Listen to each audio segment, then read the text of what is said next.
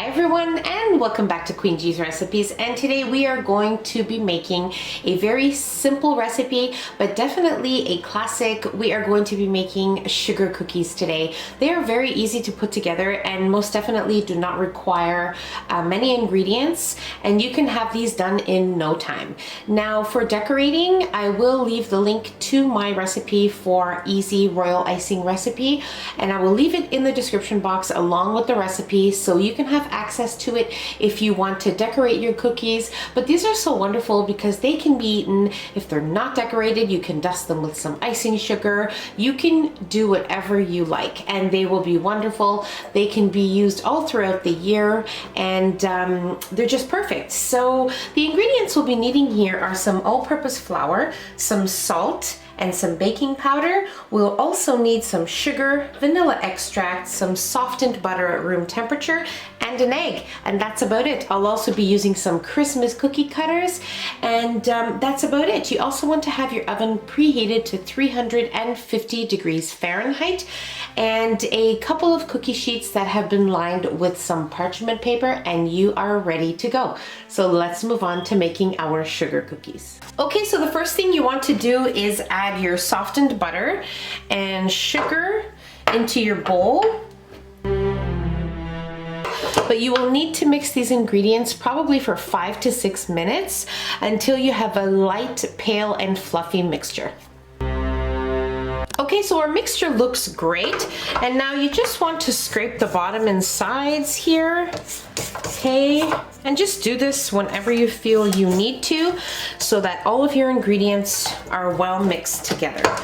And now what we are going to do is add in our vanilla extract and our egg, and we will mix just until the ingredients are combined.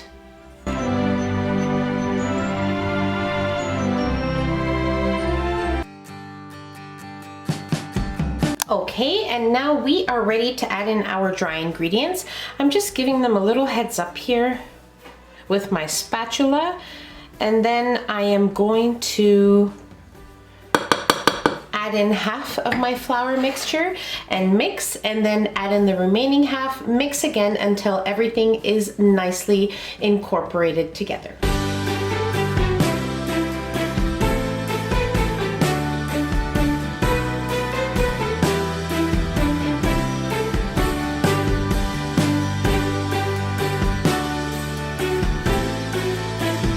Okay, so your dough will all come together like this, and now what I'm going to do is flour my countertop, and then I will place this on my counter and roll it into a disc, and then we will be ready to roll it out and use our cookie cutters to make our shapes, and we will be that close to baking them.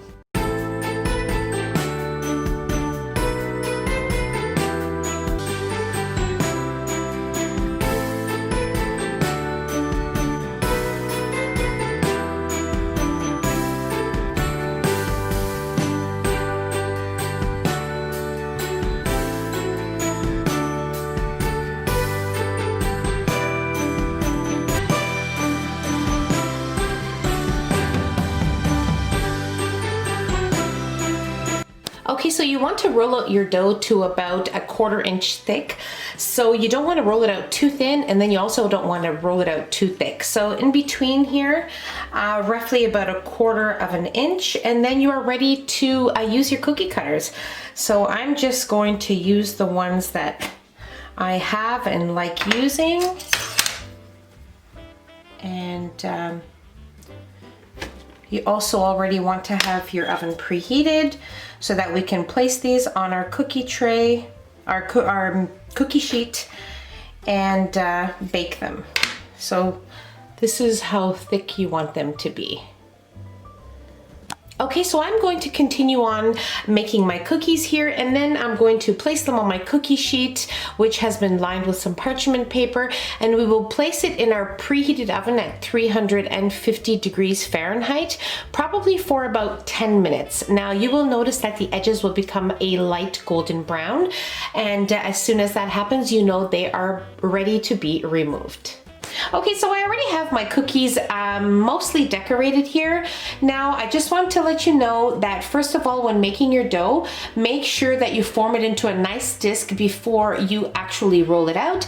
And if there are any little cracks on the edges, just pinch them together and put all the dough together and it will be perfectly fine. And just carefully keep rolling your dough. And another thing, once you have used all your cookie cutters for making the first portion of the dough, you can re-roll the dough again and make more cookies until you no longer have any more dough. Just don't keep adding too much flour or else you won't have some nice, tender, soft cookies. So I only added a little bit more of flour, just a light sprinkle on the counter, and I re-rolled my cookies probably another 3 or 4 times. So until I was down to almost nothing. So that's that. And then I baked my cookies. I baked 1 tray at a time, and they each baked for 12 minutes. Now, if you put 2 trays at a time, make sure that you switch them halfway through so that you have even baking. And that's that. The royal icing, I will leave the link in the description box along with the recipe if you want to try that out, because it is an amazing recipe, and that's the one I used today on my cookies. So I just have some of the icings here left. Okay, so the tips I used for decorating were Wilton number 7, but you don't even have to use a tip. You can just snip a little bit of the piping bag and decorate. And then what I used was the back of a spoon, 1 for each color so that we don't mix the colors. And I just spread the colors that I was using very carefully, and you want to make sure you work fast because royal icing does dry very quickly. So now I'm just allowing them to completely set, and that's about it. So I just want to show you how I like to decorate mine. There is no right or wrong way of decorating, so most definitely feel free to just enjoy yourself and have fun, because these are a lot of fun.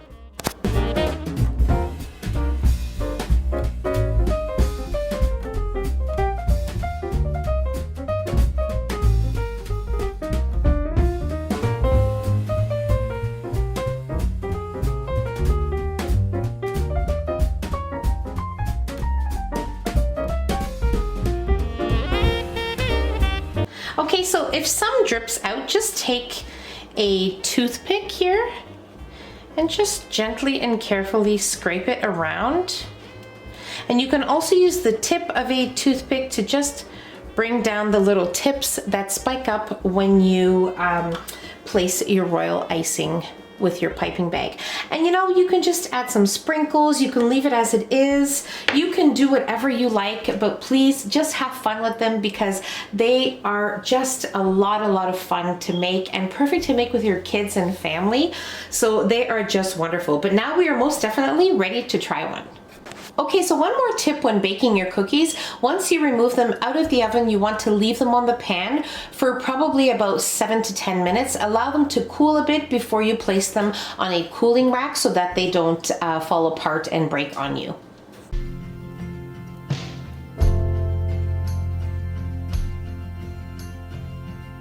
These are just wonderful. They have a slight crunch, but they are tender in the middle. They are perfection, and you are going to love them. So that's about it. I really hope you guys enjoyed this video. If you enjoyed the video, don't forget to give us a nice big thumbs up. Don't forget to subscribe if you haven't already, and hit the notification bell so you will be notified every time I upload a new and delicious recipe. Share the recipe with your family and friends, and don't forget to follow us on Facebook and Instagram. The links will be in the description box below along with the recipe. And I'll see you in my next video. Take care. Bye everyone.